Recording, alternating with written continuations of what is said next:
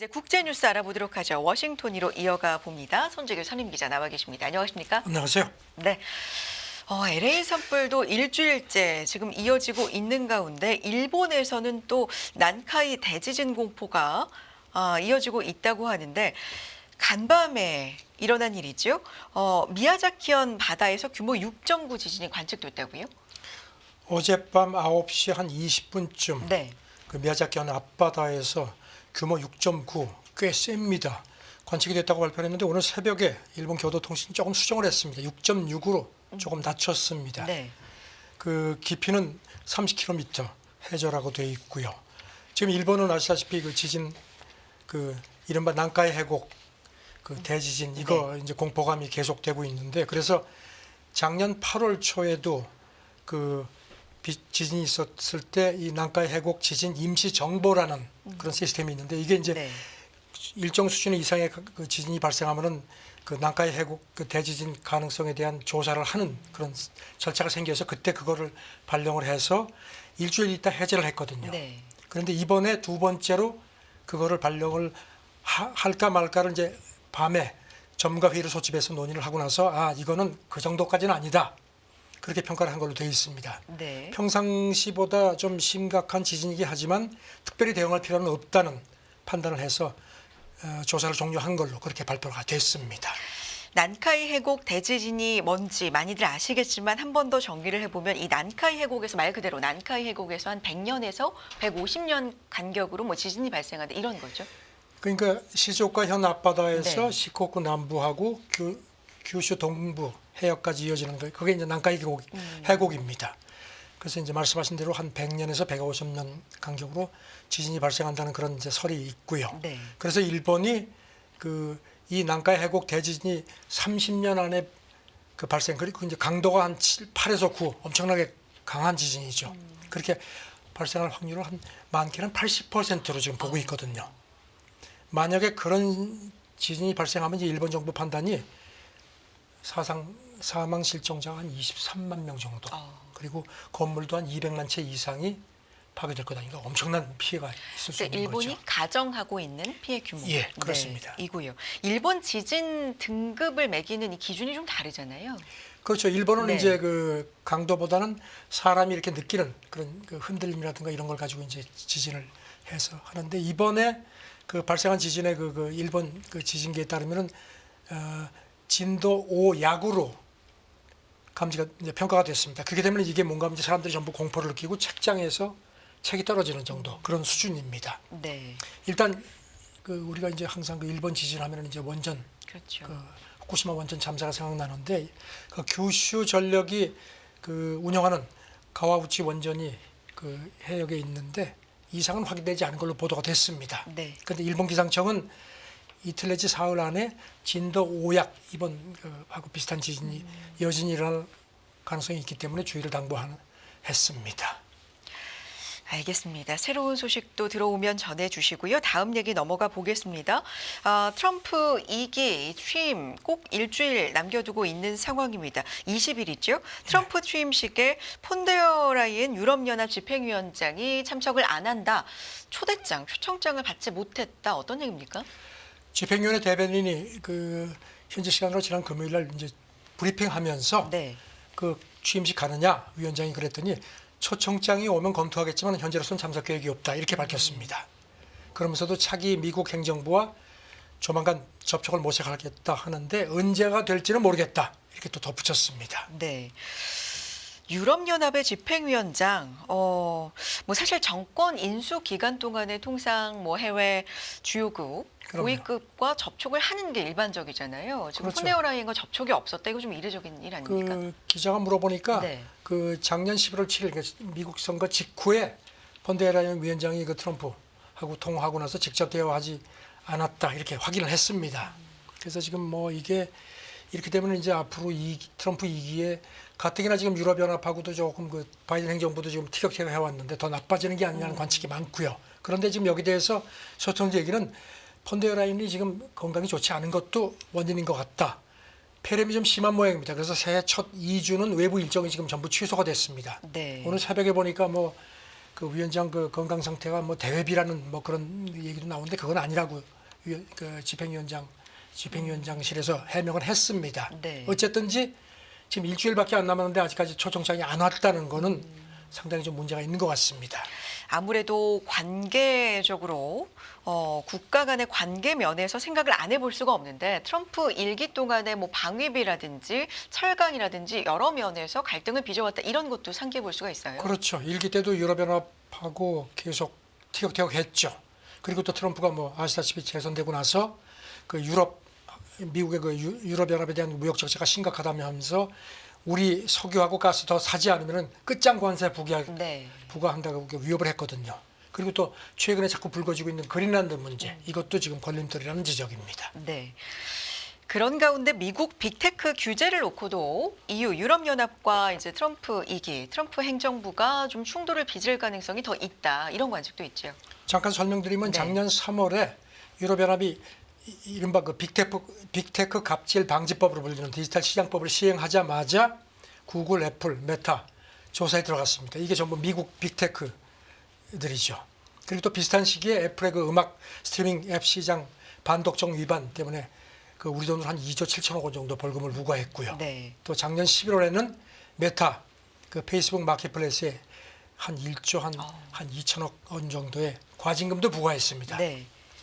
상당히 지금 티격태격하는 그런 상황입니다. 어제도 전해주셨지만 저커버그 메타 CEO도 이 인터뷰 최근에 이런 얘기들도 포함해서 한 거잖아요. 예, 지난 금요일 그 팟캐스트 인터뷰하면서 네. 이게 지금 이게 유럽 연합이 빅테크에 이렇게 과징금을 부과하는 게 이게 관세하고 거의 유사하다. 그러니까 관세가 이런 식으로 그 푸덤프 관세가 이런 식의 그 압박이라는 걸 사실상 좀 시인한 셈이기도 합니다. 네. 그래서 트럼프가 이걸 막는데 개입해줬으면 좋겠다. 좀 고자질을 했습니다. 그리고 또 아시다시피 지금 뭐 그 미국 페이스북 그 제3자 팩트체크 이제 폐지하겠다고 저커버그가 얘기를 했죠. 네. 그러면서 유럽이 검열 제도와 입법이 갈수록 늘어난다는 점도 지적을 했고요. 그런데 지금 오늘 새벽 보도를 보니까 블룸버그 보도인데요. 유럽연합 집행위원회가 머스크가 소유한 그 X에 대한 조사 범위를 확대를 하는 모양입니다. 그러니까 뭐 전혀 물러날 그런 조짐이 없습니다. 지금 폰데어 라이엔이 뭐 초청장을 받지 못했다. 여기에 대해서는 건강상의 이슈도 있고 여러 가지 이유가 있다라는 얘기도 있지만 미국과 유럽의 관계면으로도 여러 가지 얘기가 나오고 있는 가운데 또 디지털 시장법 관련된 여러 가지 이슈들 또 빅테크 규제 관련돼서 좀 지켜볼 필요가 아주 이슈가 많아 보이네요. 네, 이슈가 많습니다. 이런 부분들은 좀 들어오는 대로 또 전해주시고요. 다음 얘기 넘어가 보겠습니다. 영국 얘기 안 해볼 수가 없는데 영국의 재정 적자 문제가 계속해서 좀 시장에서 불거지면서 말씀드렸지만 파운드화가 5거래일 연속해서 약세를 보였고요. 뭐 국채 금리도 급등하는 모습을 보여줬습니다. 이런 가운데 영국 재무장관이 지난 토요일 중국을 찾았는데 어떤 얘기 오고 갔는지 궁금합니다. 그동안에 영국이 유럽연합의 그 중국 그 압박에 그 줄 서지 않는다는 불만들이 많았거든요. 네. 그런데 지금 뭐 영국이 뭐 내 코가 적자입니다. 그 레이첼 리브스 영국 재무장관이 현지 시간 지난 토요일 날 중국에 갔습니다. 그래가지고선 허리펑 중국 부총리 여기 이 사람은 이제 시진핑의 경제 책사로 불리고 그다음에 한정 부주석도 잇따라 만났습니다. 네.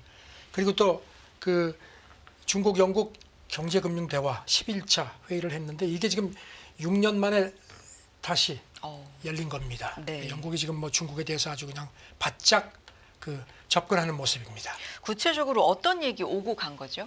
그 영국 재무장관이 허리펑한테 이렇게 얘기를 한 걸로 보도가 됐습니다. 영국이 중국 금융기업의 자연스러운 본거지다. 그러면서 글로벌 입지를 중국 기업들이 구축하려면은 영국, 그러니까 런던 금융시장에 발판을 두는 게 좋겠다. 그렇게 얘기를 했습니다. 여기에 대해서도 그 허리펑도 그 위안 국제화라든가 뭐 영국, 그다음에 양국 자본시장 관계 심화 이게 필요하다. 서로 잘해보자 이렇게 화답을 했습니다. 네. 경제 책사, 경제 실세 이런 표현해 주셨는데 허리펑 어떻게 얘기했습니까? 그리고 또 이제 그 네. 허리펑 이제 거기에 대해서 이제 그렇게 이제 얘기를 했고 한정 부주석도 립스 만나서 네. 중국도 양국 관계 발전을 매우 중시한다 네. 하면서 서로 간의 상호 신뢰, 호혜 협력을 통해서 양국은 물론이고 전 세계에 더 많은 이익을 가져다 주자 이렇게 또 강조를 했습니다. 네. 사실 영국이 이전 보수당 정권 때는 인권하고 홍콩 문제, 뭐 간첩 위협 같은 것 때문에 굉장히 중국하고 관계가 좋지 않았습니다. 그러다가 이제 작년 7월에 키어 스타머 총리가 이끄는 노동당을 집권하고 나서 이제 달라지기 시작했죠. 영국을 두고 앞서서 기자님께서 뭐 네코가 석자 이렇게 말씀해 주셨는데 굉장히 지금 자산 시장이 좀 불안한 상황입니다. 그것과 관련해서 스타머 총리가 언급한 게 있는데 이거 좀 정리해 볼까요? 어제 런던에서 이제 인공지능에 네. 대해서 연설을 하고 나서 기자들을 만났습니다. 그러면서 이제 지금 재정 적자 문제가 심각하고 그렇죠. 이제 파운드와도 막 그냥 네. 계속 약세죠. 그러니까 이거 어떻게 할 거냐 그랬더니 명확한 재정 규칙을 갖고 있고 이걸 고수하겠다. 그렇게 살짝 피해갔습니다. 그러니까 그러면서 이제 그러면 적자를 어떻게 줄이겠느냐 했더니 재정 지출을 살까 말 거냐고 기자들이 물어보니까 구체적으로는 답변을 안 했습니다. 그러면서 네. 정부 정부 지출에만 무자비할 거다. 그렇게 얘기를 합니다. 그러면 이제 재무장관에 대해서는 아주 환상적으로 일을 한다. 아주 강한 신뢰를 표명을 했습니다. 최근에 미국의 국채금리 얘기를 계속 해드리는데 덧붙여서 영국 얘기도 저희가 좀 자주 해드리고 있습니다. 최근에 국채 수익률도 상승하고 뭐 파운드가 약세 보이고 지금 이런 상황이죠. 예, 지금 보니까 영국의 10년물 국채 이게 길트죠. 네. 수익률이 4.9%를 초과해서 그 한때 그 2008년 금융위기 이후 최고치. 그만큼 이제 국채 가치가 떨어졌죠. 네. 재정 적자 탓이라는 뭐 지적이고요. 그다음에 파운드도 말씀하신 대로 지금 오거래일 이제 계속 지금 가치가 떨어지고 있죠. 네. 스타머 총리가 영국 자산시장 불안과 관련해서 기자들의 질문을 받고 대답한 이 행사 공식적으로는 이제 인공지능에 대한 네. 자리였으니까 인공지능에 대해서는 어떻게 얘기하고 그래서 있습니까? 이제 영국을 이렇게 인공지능 강국으로 만들어서 이렇게 이제 탈피하겠다는 이제 빠져나가겠다는 얘기를 했습니다. 규제 철폐, 지원 강화 이런 걸 얘기해서 이제 이른바 챔피언 기업들을 적극 양성하겠다고 하면서 구체적으로 이제 몇 가지를 제시를 했습니다. 데이터 센터 같은 기술 집약적 AI 성장 구역을 조성하겠다. 그다음에 2030년까지 슈퍼컴 같은 것도 해서 그 공공부문 컴퓨팅 능력을 20배 확대하겠다고 했고요. 그다음에 이제 비자 완화를 통한 AI 인력 유치. 이제 앞으로 AI 전문가들은 아주 뭐 일할 때가 많아질 것 같습니다. 네. 지난해 7월에 이제 스타머 총리가 이끄는 노동당이 집권을 한 거잖아요. 네. 그러다 보니까 이 부분과 관련돼서는 뭐 차이점이 좀 있는지 기존 정부와는 좀 달라진 양상을 보이는 건지도 그 궁금하고. 보수당 정권 때는 좀 이게 상당히 좀 AI를 규제하고 네. 이런 식의 이제 그런 그 AI에 대한 그 위험에 대한 우려 쪽이 부각이 됐는데 이제는 완전히 달라졌다는 게 지적이고요. 네. 그리고 이 스타머 총리도 그 어제 앞서서 파이낸셜 타임스에 기고를 했는데요. AI 규제에서 미국이나 유럽 연합의 길을 걷지 않겠다. 영국만의 접근법을 취하겠다. 그래서 투자자들한테 안정성, 실용주의를 제공하겠다. 이런 얘기를 하는데 지금 뭐 경기가 그렇게 노력을 해도 잘 안 되니까 이제 거기다 금융 불안까지 겹치니까 이제 어떻게 AI를 좀 어떻게 해가지고 좀 성장 동력을 내세워 왔는데 근데 네. 지금 보면은 파이낸셜 타임스가 이런 점을 지적을 했습니다. 노동당 정부가 그렇게 노력을 하는데도 트럼프 2기 실세인 머스크하고는 계속 지금 충돌해 왔다. 그러니까 이게 좀 걸림돌이 될 것 같다는 그런 지적도 했습니다.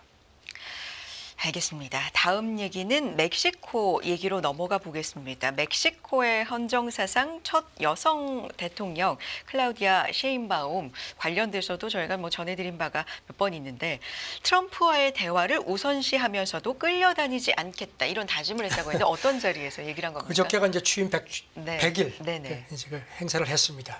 그러면서 다음번 미국 행정부하고 조정하고 협력은 하겠다. 하지만 절대 종속되지 않겠다. 선을 그었습니다. 그러면서 멕시코하고 미국이 서로 존중하면서 대화를 우선시하는 관계를 맺게 될 걸로 확신한다. 그러니까 그렇게 하자는 확실한 그 선을 그었습니다. 네. 또 어떤 얘기했어요?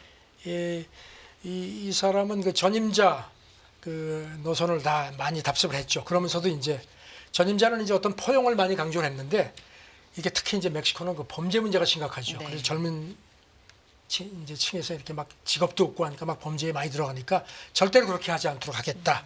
그렇게 이제 얘기를 했습니다. 네.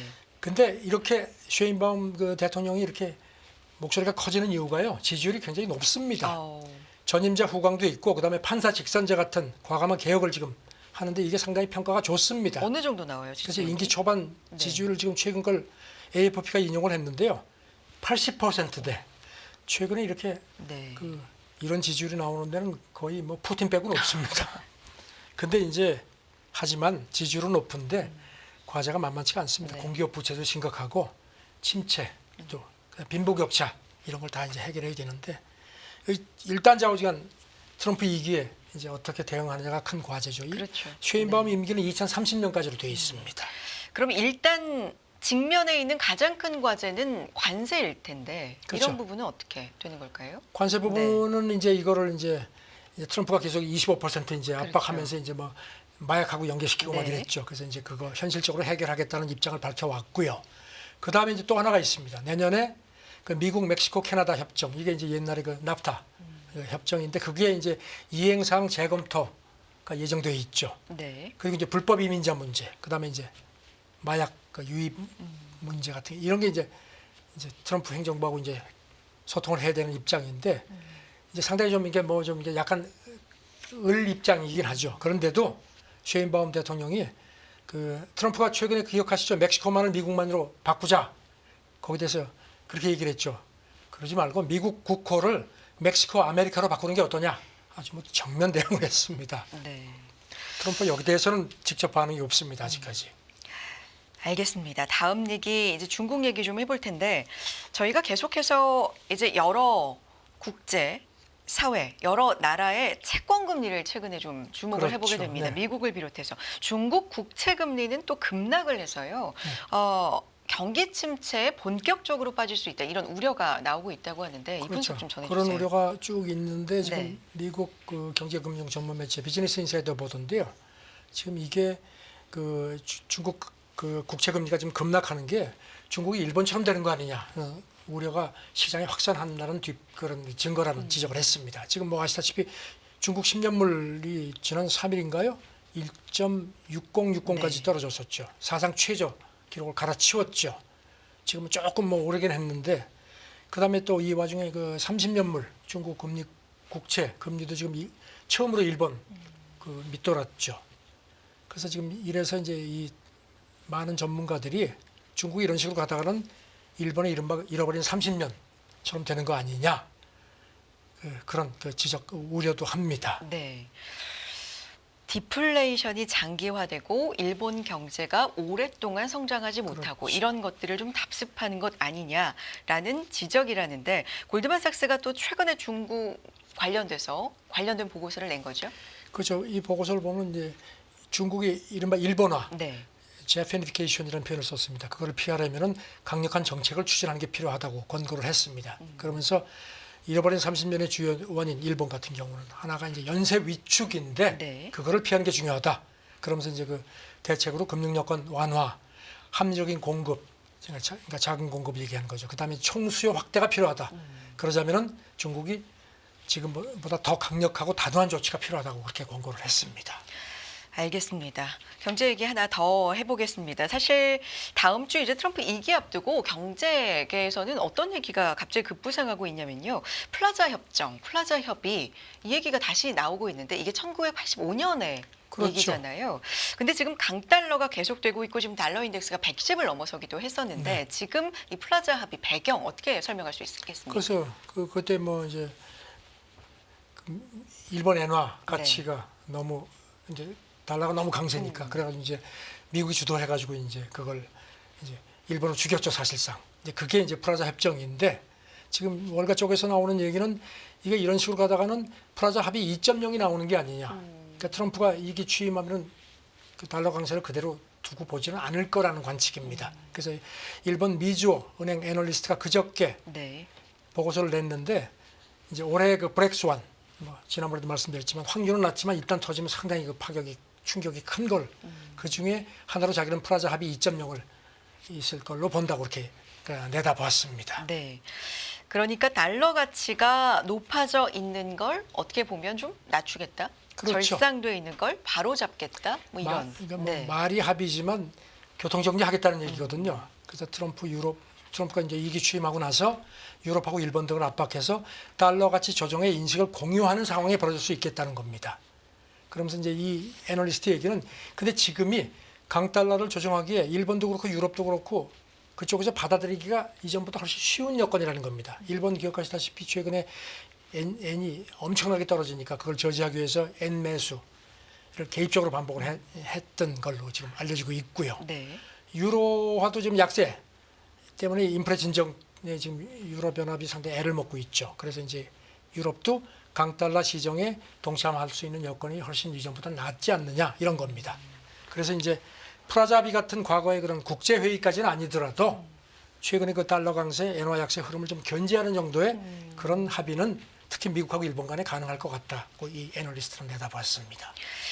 지금 제기가 되는 게 이게 꼭 가능성이 굉장히 높다가 아니라 확률은 굉장히 낮지만 그렇죠. 브렉스완이라는 네, 겁니다. 그래서. 확률은 낮지만 발생을 할 가능성이 어쨌든 조금이라도 있고 그리고 한다면 굉장히 큰 영향을 그렇죠. 미칠 네. 그런 부분으로 이제 분석을 하고 있다는 점 다시 한번 정리해드리겠고요. 다음 얘기 넘어가 보겠습니다. 트럼프 2기 백악관 경제자문위원장에 기용이 됐습니다. 스티븐 미런 과거에 했던 견해 이 부분이 좀 주목을 받고 있는데 보편관세 관련된 내용인 것 같아요. 이 사람이 작년 11월 그러니까 네. 허드슨 베이 캐피털 그 수석 전략가로 일할 때 네. 글을 쓴 게 하나 있습니다. 제목이 글로벌 무역망 재구성을 위한 사용자 가이드라는 건데 그걸 이제 월스트리트저널이 이제 다시 상기시켰습니다. 네. 그 당시는 경제자문위원장이 지명되기 전입니다. 그런데 그 내용이 이 사람이 그때 이제 글을 어떻게 썼냐면 보편관세가 미국 안보 우산 제공의 대가일 수 있다는 그런 취지로 글을 보고서를 쓴 겁니다. 네.